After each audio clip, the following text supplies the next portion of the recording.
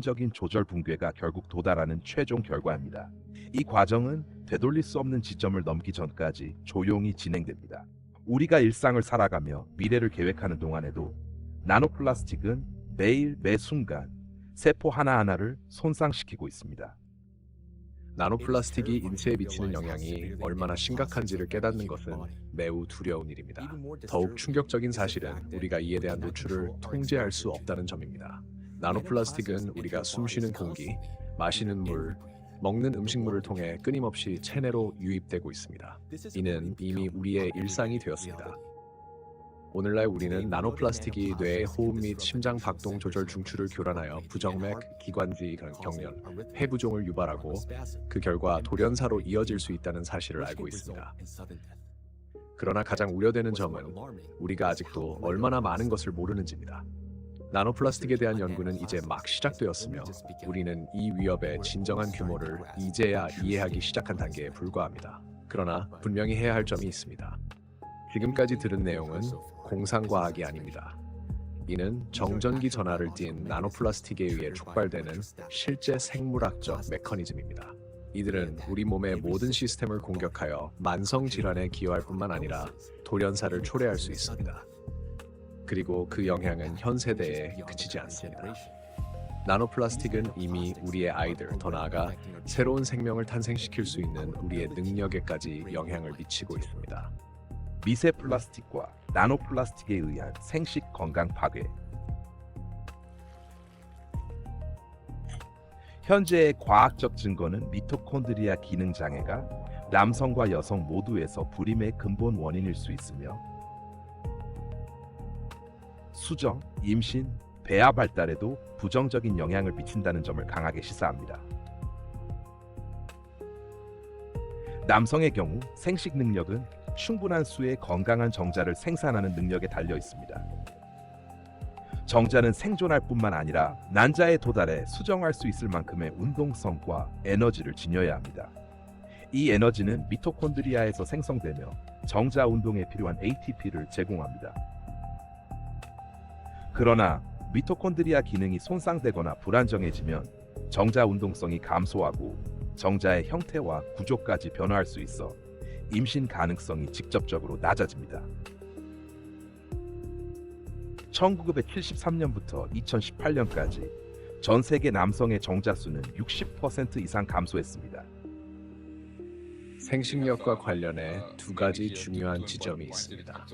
하나는 첨가제입니다. 우리는 이미 오래전부터 이러한 첨가제들이 내분비 교란 특성을 지니거나 그럴 가능성이 있다는 사실을 알고 있으며 이는 생식력에 영향을 미칠 수 있습니다. 또 하나는 입자 자체입니다.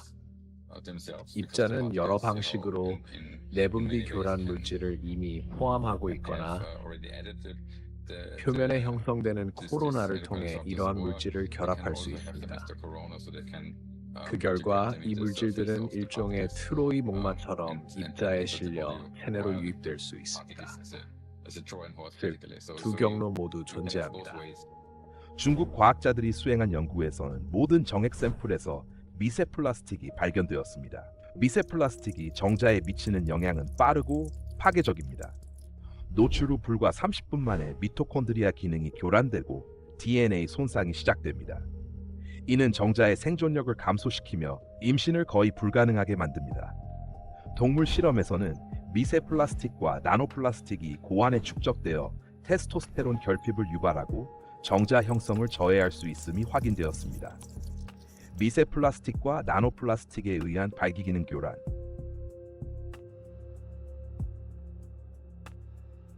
테스토스테론 생성이 충분하지 않으면 불임, 성욕 감소, 발기부전이 발생할 수 있으며 청소년의 경우 성적 발달 지연으로 이어질 수 있습니다. 테스토스테론 생성에는 ATP 형태의 막대한 에너지가 필요합니다. 정전기 전하를 띤 나노플라스틱이 소량이라도 미토콘드리아에 유입되면 그 기능이 교란되어 ATP 생산이 감소합니다. 이로 인해 테스토스테론 수치는 60와 70%까지 낮아질 수 있습니다. 이러한 감소는 발기에 관여하는 음계면체 혈류를 저하시켜 발기부전을 초래하고 궁극적으로는 성기능 상실로 이어집니다.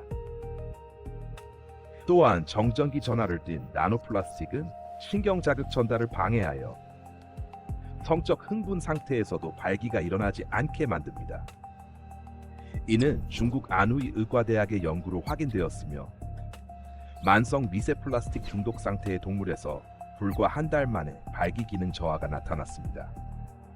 일본의 전국 단위 연구 결과에 따르면 젊은 세대에서 발기 기능과 성적 활동이 감소하고 있습니다.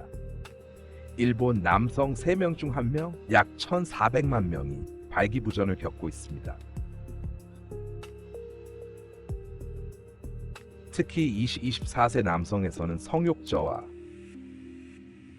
약한 발기, 오르가즘 도달의 어려움, 낮은 성적 만족도가 관찰되었습니다.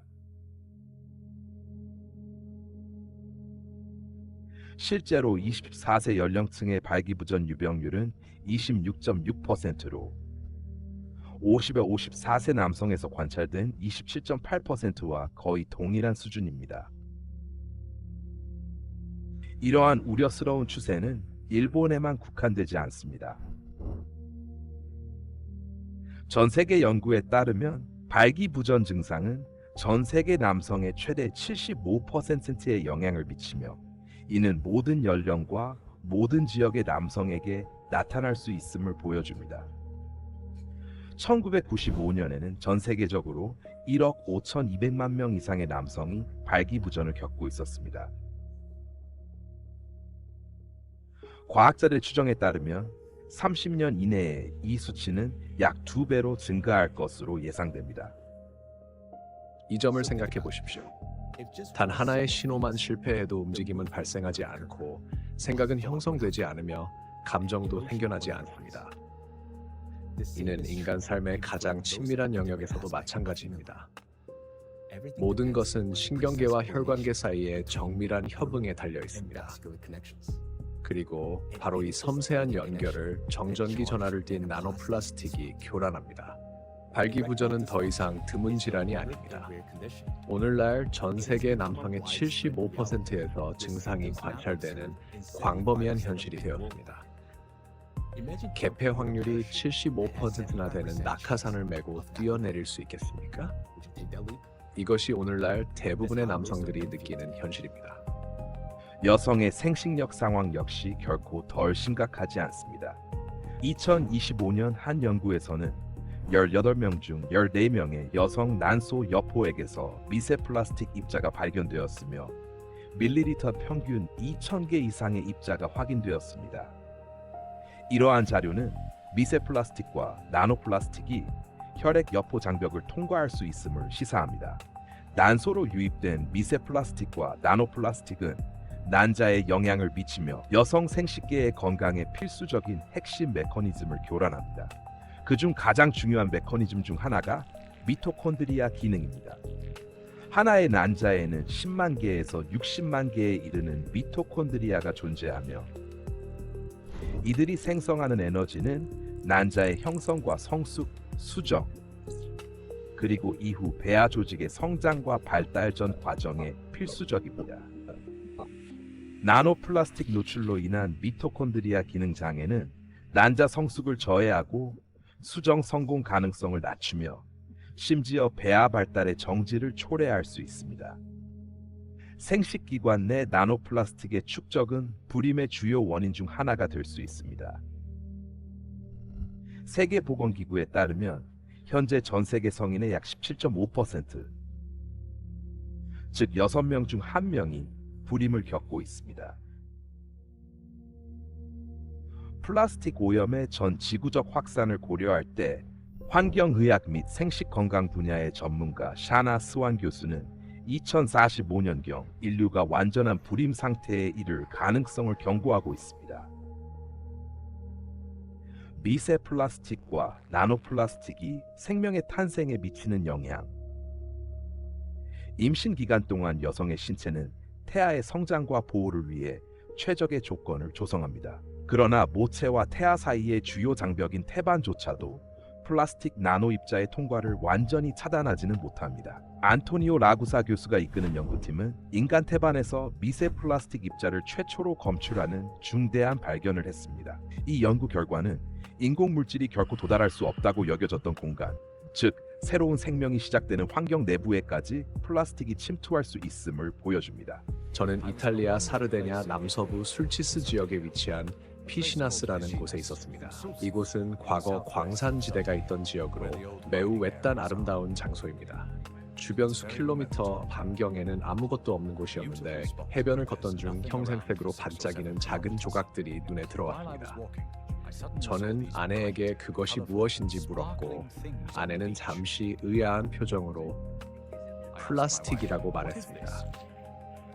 저는 주변에 7서 8km 안에 아무것도 없는데 플라스틱이 어떻게 여기까지 올 수 있느냐고 되물었습니다. 그러자 아내는 제가 상황을 제대로 이해하지 못하고 있다는 듯 바다에서 온 것이라고 설명했습니다. 그 순간 하나의 깨달음이 떠올랐습니다. 플라스틱이 바다를 통해 이렇게 오염되지 않은 장소까지 도달할 수 있다면 자국 내부, 즉 태아의 몸속에도 도달할 수 있다는 생각이었습니다. 그 직관을 계기로 저는 이 연구를 본격적으로 시작하게 되었습니다. 저는 산부인과 의사로서 출산을 돕는 일을 해왔습니다. 그 전까지 플라스틱에 대해 알고 있던 수준은 일반적인 수준에 불과했습니다. 그러나 관련 자료를 읽고 연구를 진행하면서 현미경을 사용하는 과학자들과 협력하게 되었습니다. 그중 한 명은 이탈리아 마르케 지역에서 라만 현미경을 사용하는 뛰어난 교수였습니다. 라만 현미경은 조직 내부에 플라스틱이 존재하는지를 분석할 수 있는 장비입니다. 우리는 편의상 이를 플라스틱이라고 부르지만 실제로는 수십 종의 다양한 물질을 포함합니다. 이는 우리가 매일 사용하는 물질로 특정 물질의 미세한 단위가 반복된 고분자입니다.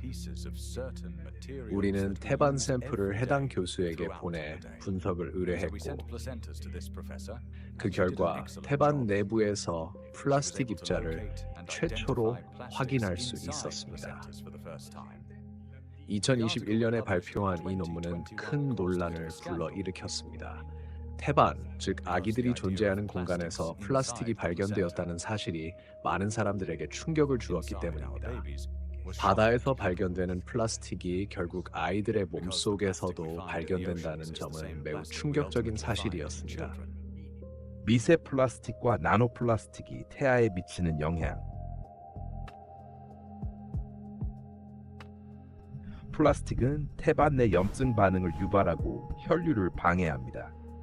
이로 인해 태아에게 전달되는 산소와 영양분의 양이 감소하며 자궁 내 성장 지연, 저산소증, 조산 위험이 증가합니다.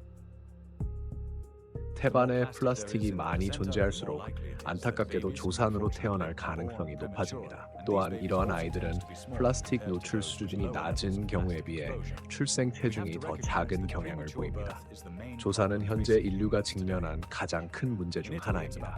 이탈리아에서는 약 7%의 아기가 조산으로 태어나며 이탈리아보다 의료 체계가 덜 효과적인 미국에선 그 비율이 12%에 이릅니다.